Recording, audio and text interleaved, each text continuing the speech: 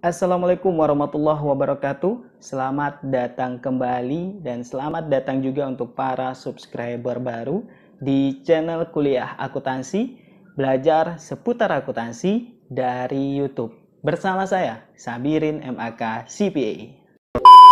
Di video kali ini, teman-teman, kita akan membahas seputar bentuk akun dalam proses akuntansi. Nah, ini proses-proses awal ya. Bagaimana sih cara membentuk atau cara melakukan penjurnalan dalam setiap transaksi yang ada dalam proses akuntansi. Nah, kira-kira seperti apa penjelasannya? Mari kita simak bersama-sama.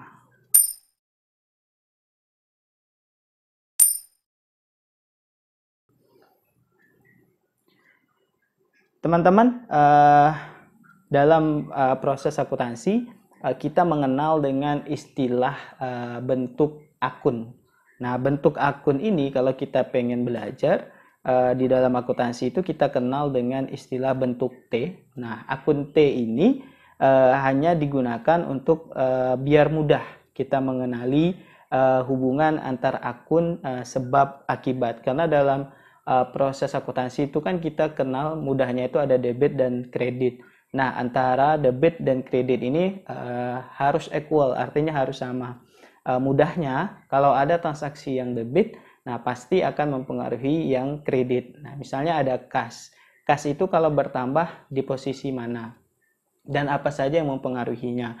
Katakanlah begini, biaya gaji. Nah, biaya gaji itu uh, akun apa yang ada di debit, kemudian dia akan mempengaruhi apa. Nah, akun yang di debit itu kan biaya gaji di debit. Nah, akun yang dipengaruhinya apa? Yang dipengaruhinya adalah kas. Di mana posisinya? Nah, posisinya ada di kredit. Nah, itu. Nah, selain bentuk T, teman-teman, dalam proses akuntansi itu juga ada dalam bentuk dua kolom. Nah, ada namanya nama akun dan nomor akun. Nah, dua kolom ini biasanya kita gunakan dalam proses belajar yang lebih kompleks. Nah, tapi kalau memang sudah memahami konseptual akuntansi secara menyeluruh, maka bentuk T itu lebih mudah dan lebih cepat ketimbang kalau harus dalam bentuk dua kolom. Nah, selain ada bentuk dua kolom, ada juga bentuk yang tiga kolom. Nah, di tiga kolom ini apa saja sih isinya? Nah, ada tanggal kejadian, ada keterangan, kemudian ada nomor referensi, debit, kredit, kemudian nomor saldonya. Dia saldonya sisa berapa. Nah, ini mudah. Sementara untuk tiga kolom ini akan membantu kita atau akan memudahkan kita dalam proses penyusunan buku besar. Jadi karena dia sudah muncul saldonya, nah nanti di buku besar kita tinggal ambil yang bagian akhirnya. Nah, sisa saldonya berapa? Nah, itu yang akan masuk di buku besar. Nah, untuk proses belajar biasanya kalian akan diajarkan semua. Nah, untuk rekomendasi saya itu di kolom yang bentuk tiga kolom. Tetapi kalau kita sudah mahir, nah bentuk T lebih mudah dan lebih cepat. Nah, selain bentuk dua kolom, bentuk tiga kolom, ada juga yang bentuk empat kolom, seperti yang ditunjukkan pada gambar ya teman-teman. Nah, ada apa aja dia? Misalnya sama diisinya dengan yang tiga kolom, ada nama, ada keterangan, ada nomor referensi, debit kredit, kemudian saldonya. Dia berada di mana saldo itu mengikuti akun nominalnya, dia ada di debit atau di kredit. Nah, sama ini juga bisa membantu memudahkan kita dalam penyusunan buku besar nantinya. Contohnya seperti yang ditunjukkan pada gambar ya teman-teman. Nah, selanjutnya kita akan membahas hubungan antara akun-akun real dengan akun neraca. Nah, di posisi saldo real itu teman-teman di dalam buku besar itu harus sejalan dengan penyajian yang ada di dalam neraca. Nah, artinya maksudnya apa? Buku besar itu menjadi base atau dasar ketika kita akan menyusun neraca. Jadi, ketika sudah ada buku besar, kemudian neraca saldo, nah kurang lebih akun-akun yang ada di dalam neraca saldo itu bukan kurang lebih ya, hampir sama, itu juga akan masuk di neraca.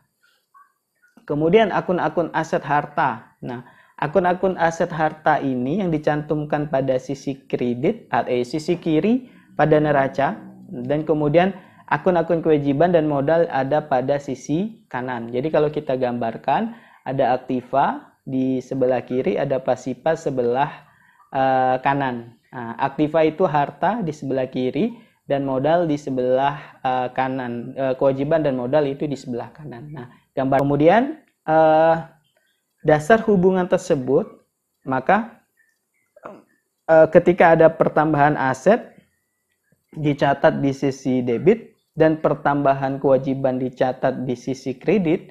Nah, sebaliknya teman-teman, kalau ada aset yang berkurang, maka hal itu dia dicatat di sisi kredit. Nah, demikian pula kalau misalnya kewajiban itu yang berkurang, maka kewajiban itu dicatat di sisi debit.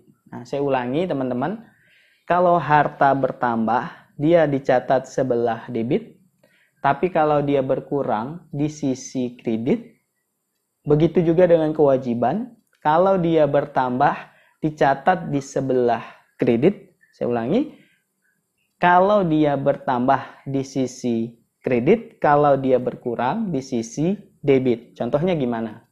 Pak, kenapa harta bertambah dia dicatat di sisi debit? Contohnya, misalnya pembelian peralatan, laptop katakan, peralatan kantor 5 juta. Maka peralatan kantor itu di sisi debit. Sisi kreditnya apa? Misalnya cash, atau dia beli secara tunai. Berarti peralatan bertambah di sisi debit, kas berkurang di sisi kredit. Nah, kalau misalnya hutang bertambah dia di sisi kredit, kok bisa? Nah, contohnya begini, PTA menerima hutang dari bank sebesar 5 juta. Maka yang bertambahnya apa? Yang bertambah bisa jadi misalnya dia terima dalam bentuk kas bank. Berarti yang bertambah kas bank di sisi debit, yang di sisi debit maksud saya di sisi kredit karena dia juga bertambah hutang di sisi kredit. Nah, kalau misalnya hutangnya berkurang atau hutangnya dibayar, artinya yang berada di sisi debit adalah hutang di debit. Kemudian yang berpengaruh apa? Yang berpengaruh adalah cash di sisi kredit. Nah, begitu mudahnya teman-teman. Nah, mudah-mudahan bisa dimengerti ya teman-teman. Kemudian hubungan akun nominal dan akun modal. Nah, akun-akun nominal ini adalah akun-akun yang digunakan untuk mencatat sumber pendapatan dan beban yang terjadi dalam usaha untuk memperoleh pendapatan tersebut. Selanjutnya ada akun prive atau akun prive. Nah, bebaslah bacanya ya, kalau saya lebih suka bacanya dengan akun prive. Akun prive ini teman-teman adalah pengambilan dari modal pemilik. Nah, yang menyebabkan modal pemilik itu berkurang. Nah, oleh karena itu kalau setiap prive diambil itu mendebit akun modal. Artinya setiap kita atau sebagai pemilik mengambil prive, maka yang berkurang adalah modal yang kita tanam. Misalnya kita punya modal 50 juta, lalu kita prive 5 juta. Artinya modal kita di perusahaan itu sudah berkurang, tinggal 40 atau sisa 45 juta. Nah, yang dilakukan oleh dalam prive ini biasanya bentuknya seperti apa sih Pak? Nah, prive ini biasa dilakukan dengan pengambilan barang atau bisa juga dalam bentuk pengambilan cash atau kas pemilik.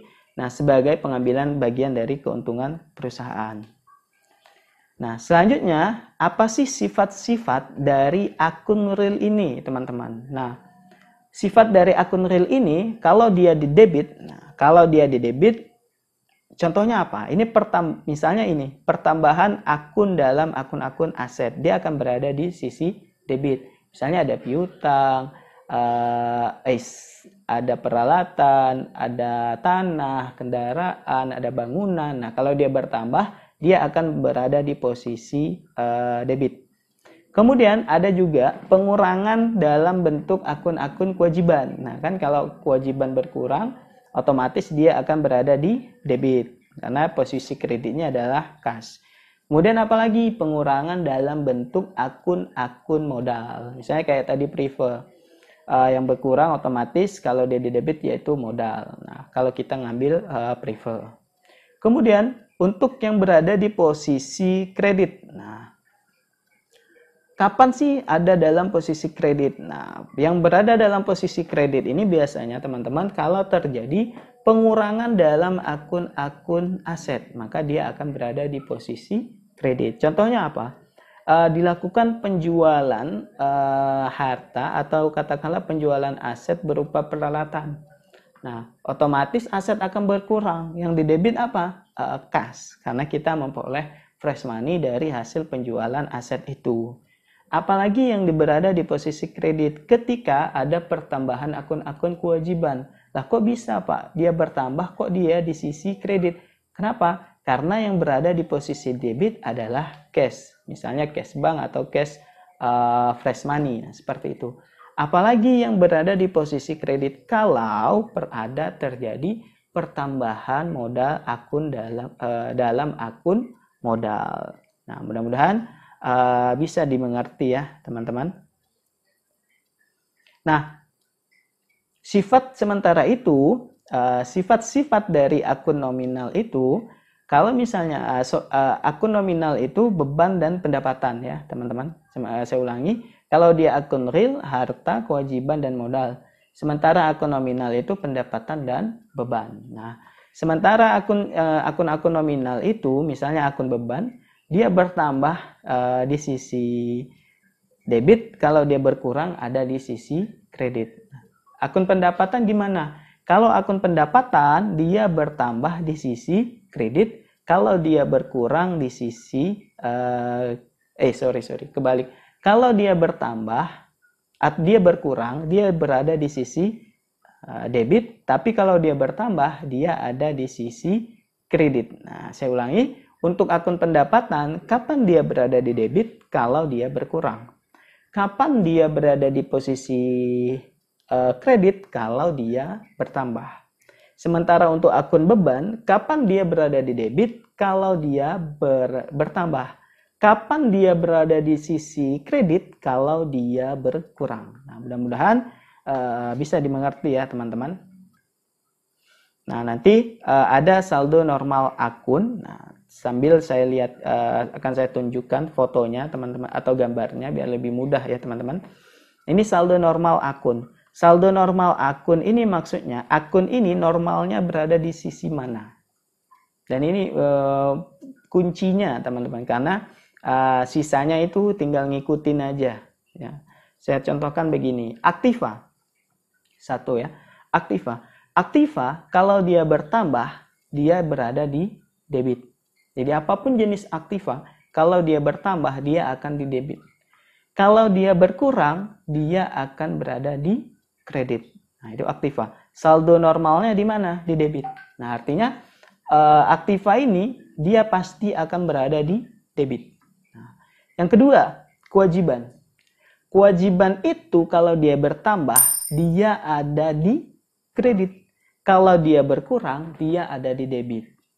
Nah, saldo normal untuk kewajiban itu kredit. Jadi apapun jenis kewajiban, saldo akun ini normalnya dia akan berada di kredit. Nah, kemudian untuk modal. Modal kalau dia bertambah, dia akan di sisi kredit. Tapi kalau dia berkurang, dia akan di sisi debit. Saldo normalnya akun ini dia akan berada di sisi kredit. Nah, jadi normal dia nih, kalau kita tanya dia berada di mana? Dia ada di kredit. Jadi nggak mungkin dia di debit. Kemudian pendapatan. Pendapatan itu teman-teman, kalau dia bertambah, dia di sisi kredit. Kalau dia berkurang, dia ada di debit. Saldo normal akun ini, nah, jadi normalnya akun pendapatan ini ada di mana sih? Nah, ada di kredit. Nah, seperti itu. Kemudian selanjutnya beban. Beban, kalau dia bertambah, dia ada di debit. Tapi kalau dia berkurang, dia ada di kredit. Nah, normalnya akun ini berada di mana sih? Nah, normalnya akun ini ada di debit. Nah, mudah-mudahan bisa dimengerti ya teman-teman dalam proses belajar kita akuntansi. Demikian teman-teman penjelasan saya kali ini. Mudah-mudahan bermanfaat untuk kita semua di masa yang akan datang. Sampai bertemu lagi di video-video saya selanjutnya. Jangan lupa like, komen, dan subscribe, serta share agar yang lain bisa tahu. Terima kasih banyak.